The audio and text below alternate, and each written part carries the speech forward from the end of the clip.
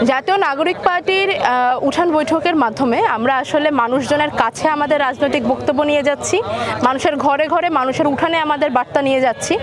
আমরা চাচ্ছি মানুষজনের কাছে গিয়ে তাদের সমস্যাগুলি শুনতে এবং তাদের পরামর্শ নিয়ে আমাদের রাজনৈতিক যে চিন্তা চেতনা সেগুলোকে শক্তিশালী করে তুলতে। তারই ধারাবাহিকতায় আজকে আমাদের দৌলতপুর উপজেলার প্রথম উঠান বৈঠক আজকে অনুষ্ঠিত হলো এবং আলহামদুলিল্লাহ জনসম্পৃক্ততা এবং সমাগম যথেষ্ট।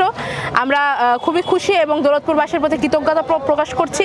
একই সাথে জানাতে চাই যে এনসিপির উঠান বৈঠক এই ধারা অনুযায়ী আমরা দৌলতপুর সহ কুষ্টিয়ার অন্যান্য সকল উপজেলাতে আমরা আরও অনেকগুলো উঠান বৈঠক করব।